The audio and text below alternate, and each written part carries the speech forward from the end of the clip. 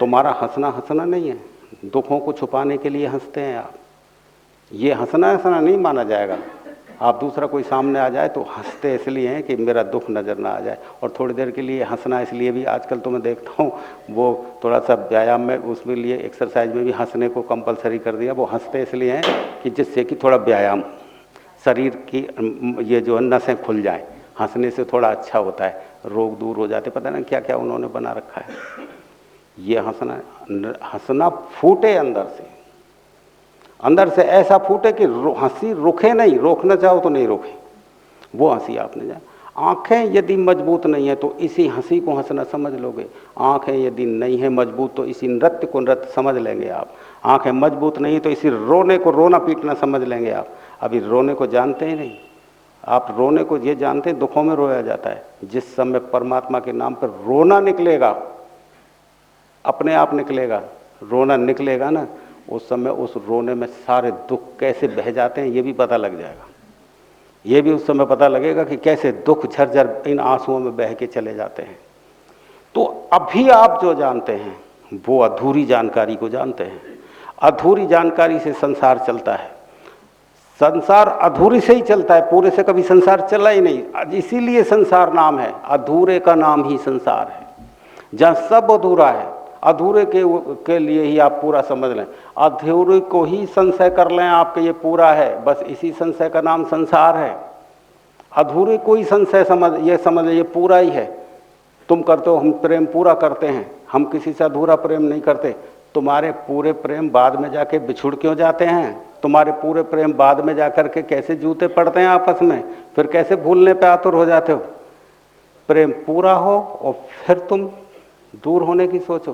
प्रेम पूरा हो तो एक हो जाना चाहिए, फिर दो का भाव कैसे रहता है? जितने भी प्रेमी हैं कितनी कोशिश करने के बाद क्या कभी एक हो पाते हैं? दो हमेशा, दूरी हमेशा बनी रहती है। तो ये जो, और हम तो पूरा प्यार करते हैं, प्रेम करने पे फिर वो हो जाता है पूरा प्रेम किया, बुल्ला की जाना मैं कौन। फिर ये सोच लेना पूरा प्रेम में तो मुझे पता ही नहीं मैं कौन हूँ, मुझे पता ही नहीं मैं कौन हूँ। बुल्ला कहते हैं मुझे पता नहीं मैं कौन हूँ। ये परम की बात है, कोई ये कोई परम की सूचना है, ये जानने की बात है।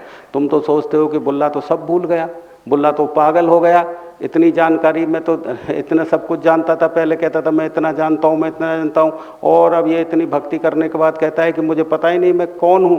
पागल हो गया है ये क्या हो गया पागल? इसीलिए तो जो परम के जानकार थे उनको सबको पागल कहा लोगों ने, सबको शुरू में सबको पागल कहा, और बाद में उनके मंदिर बना के पूजे उन लोगों ने। शुरू में पागल कहा, पागल हो गए। पागल नहीं है, ये कोई परम की सूचना है जिसे तुम नहीं जानते। बुल्ला की जाना मैं कौन, मुझे पता नहीं मैं कौन हूँ, ये कोई बहुत बड़ी बात कह दी उसने। ये किसी बहुत बड़ी सूचना को दे रहा है। सूचना है केवल, आपको सत्य को बताया नहीं जा सकता है। सत्य आपके सामने कभी बताने में आ ही नहीं सकता। सत्य का व्यक्ति स्वयं गवाह है, वो होता है स्वयं का जानकार। सत्य को व्यक्ति स्वयं जानता है।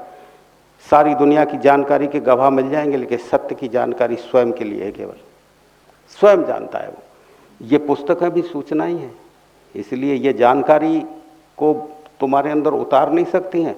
ये पुस्तकें, ये सिर्फ सूचना है। ये मत समझ लेना कि मैंने ये गीता लिखी है तो आपके कुछ ये जागृत नहीं, कुछ नहीं होने वाला आपको, आप वैसे ही रहेंगे। आपको सिर्फ ये सूचना देती है कि आप किसी सदगुरु के पास चले जाएं, आप किसी जानकार व्यक्ति के पास चले जाएं, जिससे कि वो आपको मोड़ तोड़ सके, आप में छेद कर सके, आपको इधर से उधर घुमा सके। बस इस तरह से काबिल बनाने वाली चीज़ है ये गीता जो मैंने लिखी। उसको इतना सरल किया है। मेरा हर प्रयास रहा है कि आप कैसे सदगुरु तक पहुँचे, कैसे पहुँचे उस जानकार आदमी तक कि जो आपको ठोक पीट के सही करना जानता हो। तो सबसे बड़ी बात ये समझिए कि कुछ बातें ऐसी होती हैं कि बताने में आती हैं, कुछ बातें ऐसी होती है जो बताने में नहीं आती हैं। जितना बताने में आ सकता है वो तो सिर्फ एक सूचना मात्र है। जब तुम उसे सुनने के लायक बन जाते हो, श्रोता, सुबह मैं तुमसे कह रहा था कि सुनने की भी एक स्तर होता है। यदि आपका सुनने का स्तर निम्न है तो मेरी बातें आपके सिर से ऊपर से चली जाएंगी, कुछ नहीं समझ पाओगे आप ऐसे ही समझेंगे कि किसी और पर गए और हम सुन के आ गए। ये सुनने की बातें नहीं है कि आप सुन के चले गए। मैं सुन के छोड़ने वालों में से हुई नहीं, सुना और पकड़ में आता है सीधा ही व्यक्ति। वो तो समझो कि पकड़ा हुआ गया, चाहे मुझे छोड़ के चला जाए मुझे कोई परवाह नहीं, लेकिन वहाँ जाने के बाद खटखटाहट होती ही रहेगी कि मैंने किसी एक बंदे को ऐसे सुना जो कुछ और सूचना देता था।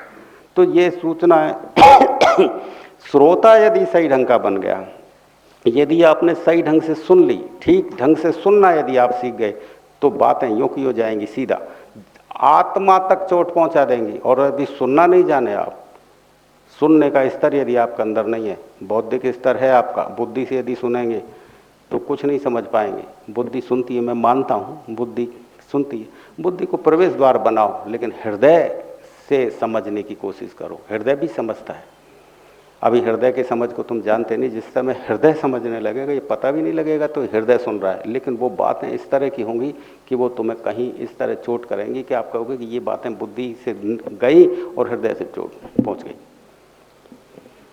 तो तुम्हें इतना ही कहता हूँ, जब भी मैं सुबह आता हूँ सवेरे आपके पास, तो मैं तुमको वही सूचना जो भी कुछ मेरे पास होती है मैं तुम्हें बता देता हूँ। और मैं तुम्हें ये भी नहीं कहता कि तुम भगवान को मानना नहीं, हाँ, अंधेरे में मत मारना, जान लेना अच्छी तरह से, पक्का ठोक बजा के कहना यही है, फिर तुम कह भी नहीं सकोगे ये है पर तुम कहना भी मुश्किल हो जाएगा ये है। चलना बस, पहुंच जाओ तो बता देना, हमें बता देना फिर। तो आप, मुझे बड़ा अच्छा लगा, आज मैंने देखा बहुत सारे नए जो आए यहाँ पर, उनकी साधनाएं भी चालू हुई हैं, उनको भी कुछ सुगंध का खबर लगी, सुगंध से उनको खबर लगी कुछ, तो कुछ साधनाएं रुकी हुई थी वो भी आगे बढ़ी हैं। तो आप लोग जो है जितना, कुछ लोग हैं जो भर के चले जाएंगे, कुछ रह भी जाएंगे, तो वो रहने का मतलब रहना नहीं है। रहने का मतलब है कि कुछ चीज़ कोपल अंकुर फूटने में समय लगता है। बहुत से बीज ऐसे हैं जो जल्दी अंकुरित हो जाते हैं, कुछ कठोर होते हैं, ज़्यादा समय लग जाता है, तो लग जाए। तो अब हमारी वार्ताएं तो पूरी हो गई, अब मैं तुम्हें साधना कराता हूँ बेटा। साधनाओं का कोई मतलब नहीं होता, मैं तुम्हें बताया था, मैं शुरू में भी बता दिया था कि साधनाओं का कोई मतलब नहीं, किसी माध्यम से किसी वजह से परमात्मा को नहीं पाया जा सकता है। मैं क्या तुम्हें कोई साधना कराने के लिए लाया हूँ? मैं तो सिर्फ इसलिए लेके आया हूँ यहाँ पे कि हम तुम मिलते रहें। हम अगर यूं ही मिलते रहे तो एक दिन प्यार हो ही जाएगा। ये सबसे बड़ी साधना, ये सबसे बड़ी क्रिया, प्रेम ही सबसे बड़ी क्रिया। प्रेम को मांझने के लिए लाया हूँ मैं तुम्हें यहाँ, बस इतनी सी बात है। बाकी साधना क्या साधना होती है? कोई क्रियाएं होती हैं कि क्रिया करा दिए, श्वास को चढ़ाओ, ये उतारो, ये करो, वो करो, ऐसे कितने ही करने वाले हैं, कुछ नहीं होता इनसे। आप तो सही से बैठना सीखो, सही से सुनना सीखो, बस यही सबसे बड़ी साधना है। सही से सुनना सीख गए तो बस समझ गए सारी बात।